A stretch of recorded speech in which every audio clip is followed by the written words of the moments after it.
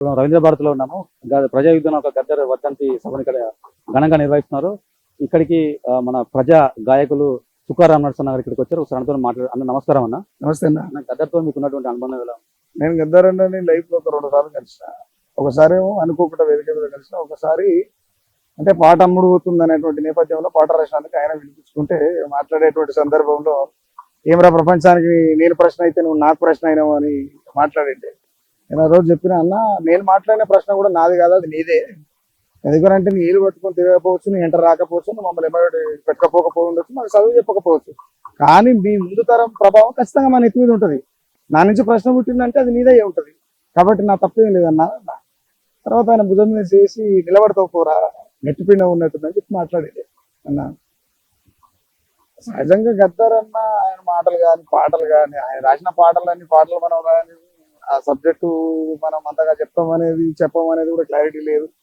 గద్దర్ అన్న అనేట ఆయన ఓ విప్లవం. ఒక 40 గద్దారు జీవితంలో 2 రకాల జీవితాలు ఉంటాయి. 17 ఏళ్ళు ఒక జీవితం, 40 ఏళ్ళు ఒక జీవితం.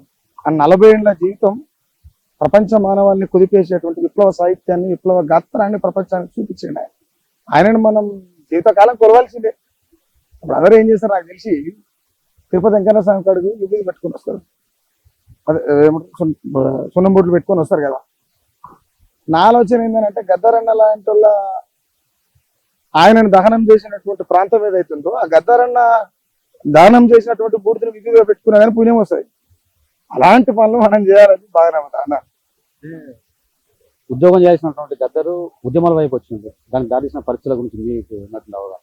ఇది ఇంకోటి ఏంటంటే అన్న, ముందుగా ఏ అగ్రవర్ణ అదే అణగారిన వర్గాలు కూడా విప్లవోద్యమకు రాలేదు.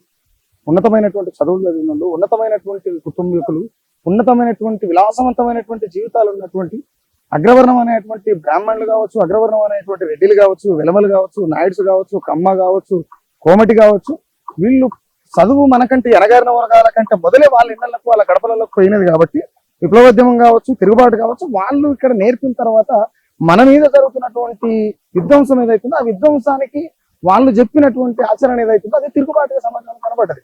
సేమ్ గద్దర్ అని కూడా ఆ కోవ నుంచి వచ్చినాడే. ఎందుకనంటే కొత్తగా ఒక బ్యాంక్ ఎంప్లాయీ ఉండి తనకు తాను గొప్పగా జీవించేటువంటి జీవితం అయినది.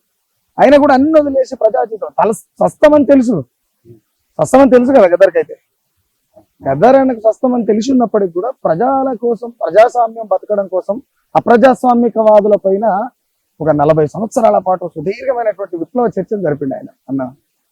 ఆయనలాగా మళ్ళీ వస్తారని మాత్రం నేను అనుకుంటలేను. ఒకవేళ ఆయన వారసత్వం చెప్పుకుంటే కూడా అది సిగ్గుసేటుగా భావిస్తాను. నేను ఎందుకు భావిస్తానంటే, ఎవరైనా అంటే ఏమంటారు, సహజీవనం చేసేటువంటి క్రమంలో ఒక తల్లి గర్భం దాల్చి 9 నెలలు మాత్రమే మోస్తుంది పిండాన్ని, కానీ కడుపులో తూట 30 ఏళ్ళు మోసిండు. పిల్లని ఏ తల్లి అయినా 9 నెలలే మోస్తుంది. 9 నెలల తర్వాత పొద్దుల నుండి పొత్తు కడుపు నుంచి కంచె దాటి కడుపున పంట నేల మీదకి వస్తే, ఈయన కడుపు పంట, ఈయన కడుపులో దిగినటువంటి తూట మాత్రం ఈయనను బొందకు తీసుకుపోయినాక విడిచిపెట్టలే. అటువంటి జీవితాన్ని గడిపినాడు గద్దర్ అన్న.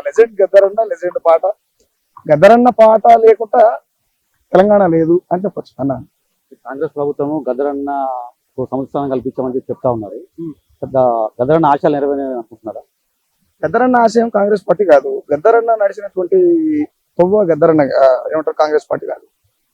బట్ గతంలో ఉన్నటువంటి ఈ నియంత పోకడాగా కేసీఆర్ ఎవరైతే ఉన్నారో దాన్ని ఆపడం కోసం, దాన్ని తప్పియడం కోసం ఆల్టర్నేటివ్ ఒక పార్టీ అనేది అవసరం ఉంటుంది. కాబట్టి ఆ క్రమంలో కలిస్తే కూడా కాంగ్రెస్ పార్టీతో మాట్లాడవచ్చు గద్దర్ అన్న. ద సేమ్ టైం అంటే కాంగ్రెస్ పార్టీ గద్దర్ అన్నకి ఏదో చేసింది, గద్దర్ అన్నకు గౌరవాన్ని ఇచ్చింది అనే దానికంటే కూడా గద్దర్ అన్న మరణం కూడా కాంగ్రెస్ పార్టీకి మైలేజ్ అయింది. కాంగ్రెస్ పార్టీ ఈయన ఏం చేసింది అనే విషయాన్ని పక్కన పెడితే, గద్దర్ అన్న సాగు కూడా, గద్దర్ అన్న అంతిమయాత్ర కూడా కాంగ్రెస్ పార్టీకి బలగమైంది. వాళ్ళు గెలవడానికి ఒక పునాది రాయి. అది వంద చెప్పాల్సిందే. మళ్ళీకపోతే గద్దర్ అన్నకు కాంగ్రెస్ పార్టీ ఏమైనా చేసిందని అంటే, స్టార్టింగ్ లో స్మృతివనం కట్టిస్తాం, నక్లెస్ రోడ్ అని చెప్పి మాట్లాడినటువంటి దాఖలాలు ఉన్నాయి. స్టార్టింగ్ సభ రోజే చెప్పిరు.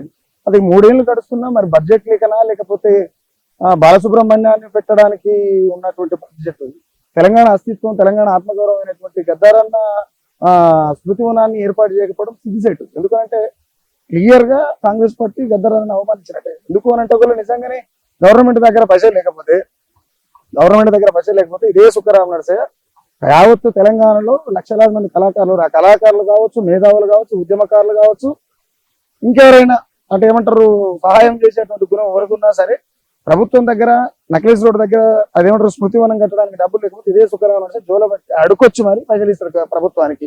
అది వెంటనే తక్షణమే ఏర్పాటు చేయాలనేది సుఖరామ నరసయ్య గారు నా డిమాండ్, ప్రజల డిమాండ్, ఆయన అభిమానుల డిమాండ్ అన్న. గద్దరన్న ఆశయాలు నెరవేరాలంటే ఎట్లా చేస్తే బాగుంటుంది మీ అభిప్రాయం? గద్దరన్న ఆశయం నెరవేరాలంటే విప్లవం విజయవంతం కావాలి. ఈ పార్టీలతోనే అయ్యే పని కాదు. ఆయనది ఎందుకంటే అంతు చిక్కని అటువంటి వ్యవహారం.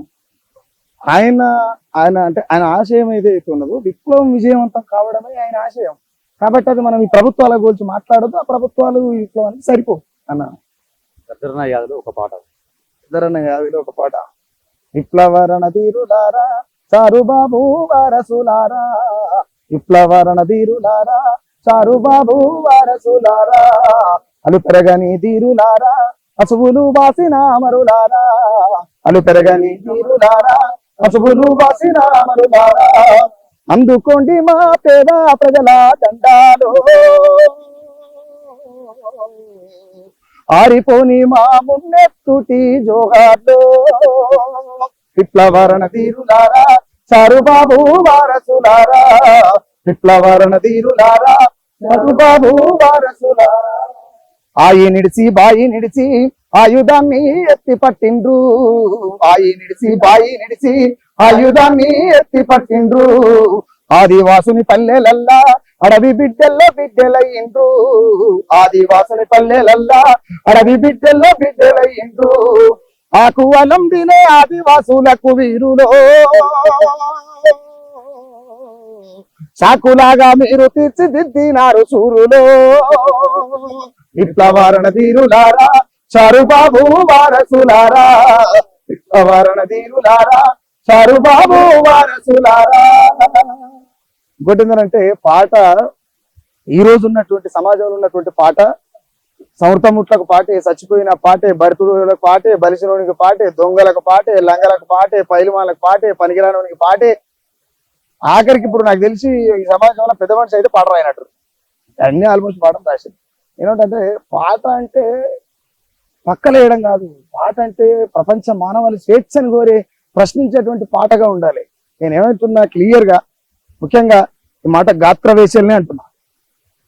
ఒక తల్లి పిల్లలను సాధలేక పౌష్టికాహారాన్ని ఇయ్యలేక తను చేసేటువంటి పనులు ఆ వనరులు లేక ప్రాణం కంటే విలువైనటువంటి మానాన్ని కూడా అమ్ముకొని బతికి వేసగా మారిందంటే దాంట్లో అర్థం ఉంది. ఆ తల్లి కలిస్తే కాలు మొక్కుదాం బాగుంది.